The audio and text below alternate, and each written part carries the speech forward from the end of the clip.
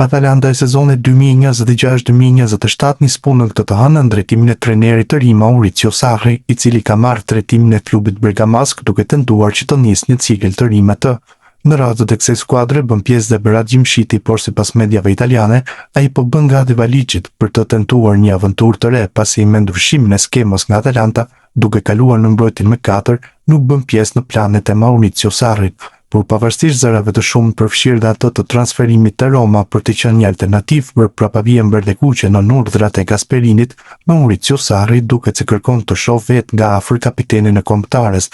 Klubi ka për të ditur se ditën e nesërme kur nisin përgatitjet me testet fizike dhe të vlerësimit sportiv, Berat Gjimshiti do të jetë rregullisht pjesë e ekipit. Ai është përfshirë në listë bashkë me pjesën më të madhe të lojtarëve të cilëve u janë bashkuar dhe nga ekipi U23, me të vetme të mungesa që kanë lidhje me lojtarë që kanë luajtur apo vazhdojnë të luajnë në botrorin 2026.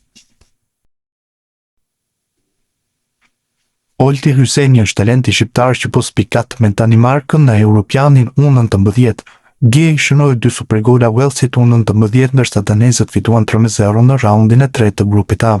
Sulmozi shqiptar mbajti të shëritin e kapitenit në sfidën me Walesin, ndërkohë zhbllokoi sfidën në minutën e 20 ndërsa rezultatin e vulosi në minutën e 63.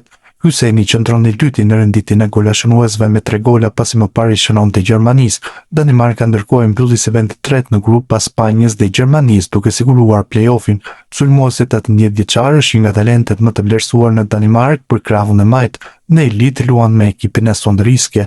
Betet për të parë nëse Federata Shqiptare e Futbollit apo Federata e Futbollit të Kosovës do e bindin për të larguar nga Danimarka, kjo pasi ka luajtur në të gjithë moshat e këtyre të fundit. Ylber Ramadani ka dhënë lajm të mirën Lecces përmes një postimi në rrjetet sociale. Mesfushori kombëtares largohet pas 3 vitesh në klubin e Serie A dhe tashmë do të vijojë karrierën te Çorum, klub që luan në Superligën turke. Lecce, shtëpia ime, dua të falenderoj nga thellësia e zemrës për këto 3 vite që i kalova këtu, sikur të kisha jetuar këtu për 30 vjet. Dua të falenderoj drejtorin Corvino Trinchera dhe presidentin. Dua të falenderoj të gjithë trajnerët e mi që më kanë mbështetur gjatë këtyre 3 viteve në Lecce, dhe së fundmi tifozët e mrekullueshëm që më kanë mbështetur gjithmonë si në kohë të mira, ashtu edhe në të këqija. Ju uroj gjithë të mirat. Do të ndjek gjithmonë Lecce, shkruan Ramadani në rrjetet sociale.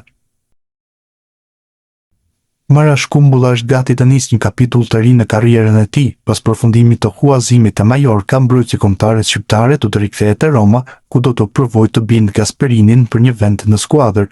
Në një intervistë për Sport Italia, 25 vjeçari preku disa tema, duke folur për objektivat e Shqipërisë, trajnerin e ri të kombëtares, eksperiencën në Spanjë, rikthimin te Verdekuqt, raportin me Gasperinin dhe Ivan Juric, si dhe finalen e Ligës së Europës të humbur ndaj Sevillës në Budapest.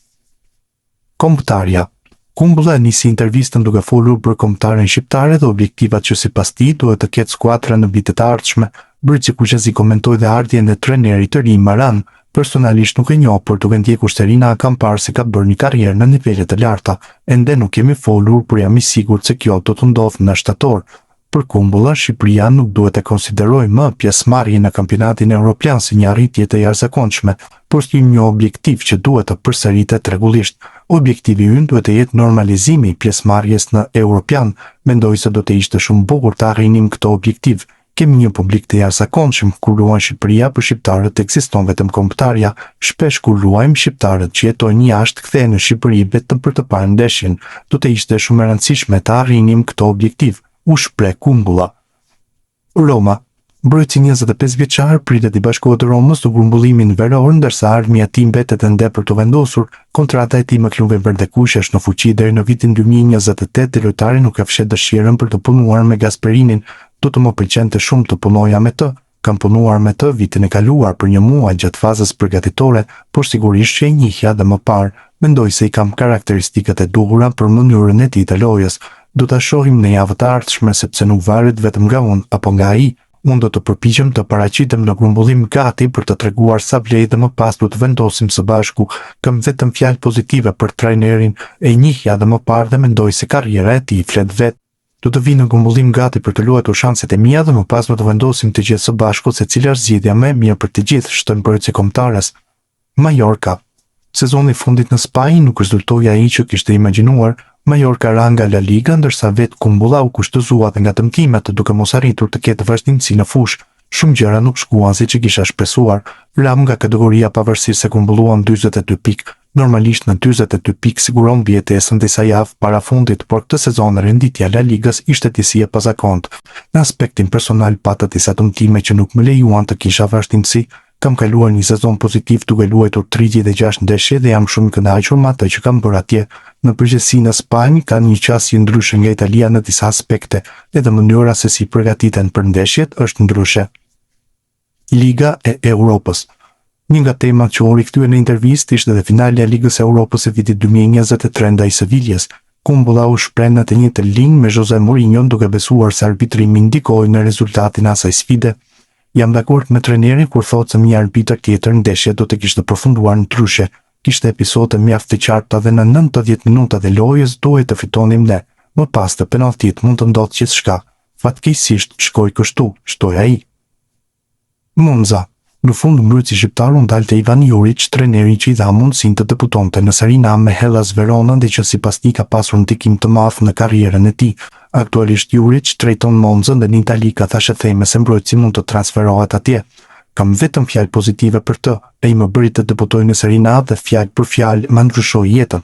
Mënyra e stërvitjes dhe karakteri janë shumë të ngjashme me Gasperinin, nuk e di pse gjërat nuk funksionuan kohët e fundit, në përvoja ime nuk gjeja asgjë negative. Ka bërë mirë si të Verona ashtu edhe të Torino. Te Roma mbriti në një moment të vështirë pas De Rossit, kur ambienti nuk ishte i kënaqur, edhe te Atalanta nuk pati kohë ndaj nuk di cili është motivi vërtet. Monza është një skuadër e mirë për të rifilluar, futbolli i ka nevojë për kohë, sidomos për fazën përgatitore, që për të është gjëja më e rëndësishme. Mendoj se mund të rikthehet shumë mirë, u shpreh mbrojtësi shqiptar.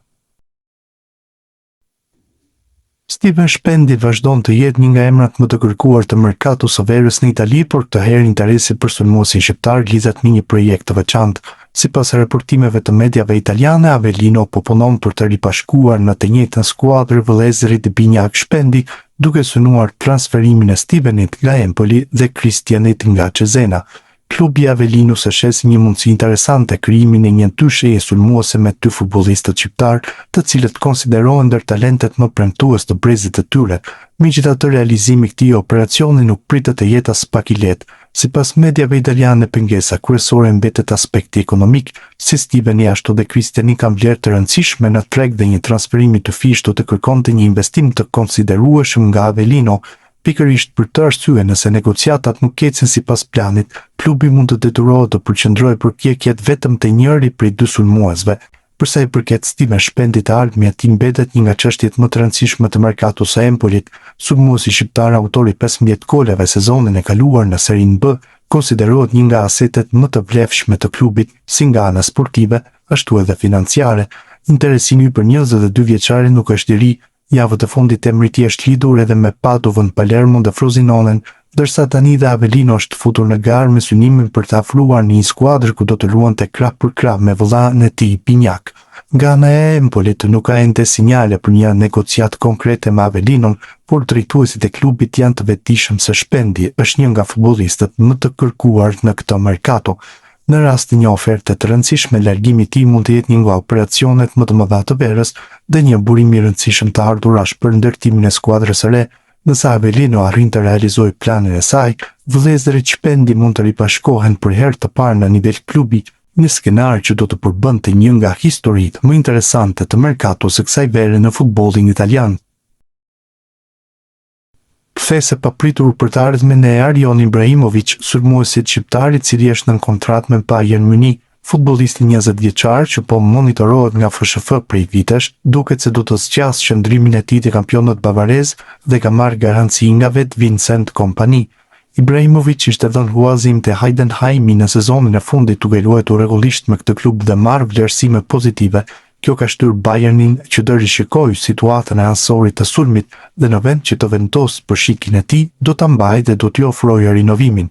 Mësohet se tani atij do t'i ofrohet rinovimi i kontratës deri në vitin 2028 me firmën që do të vinë në javën e ardhshme, pasi Vincent Kompany jeton në radhët e ekipit si një alternativë më shumë në repartin ofensiv, duke i garantuar më shumë minuta. Edhe pse Ibrahimovic kishte marrë oferta nga Gjermania dhe klubet të tjera europiane, ai ka pranuar propozimin e klubit dhe tashmë pritet vetëm zyrtarizimi i firmës. Cristian Aslani do të shitet në këtë mercato vere nga Interi. Menaxheri i njohur italian Federico Pastorello u shfaq dje në selinë e klubit pasi duhet të tërgojë oferta për Aslanin. Në Itali do të jetë vështirë që të kënaqen kërkesat financiare të Interit, ndaj dhe zhvillimet e reja mund të vinë nga jashtë vendit. Arabia Saudite është një destinacion i preferuar nga klubet për raste të tilla. Kujtojmë se në edicionin e kaluar Aslani u huazua fillimisht të Torino dhe më pas të Beşiktashi, pavarësisht se paraqitja me klubin turk u konsiderua pozitive. Beşiktashi nuk ishte i gatshëm të paguante 11 milionë euro për kartonin.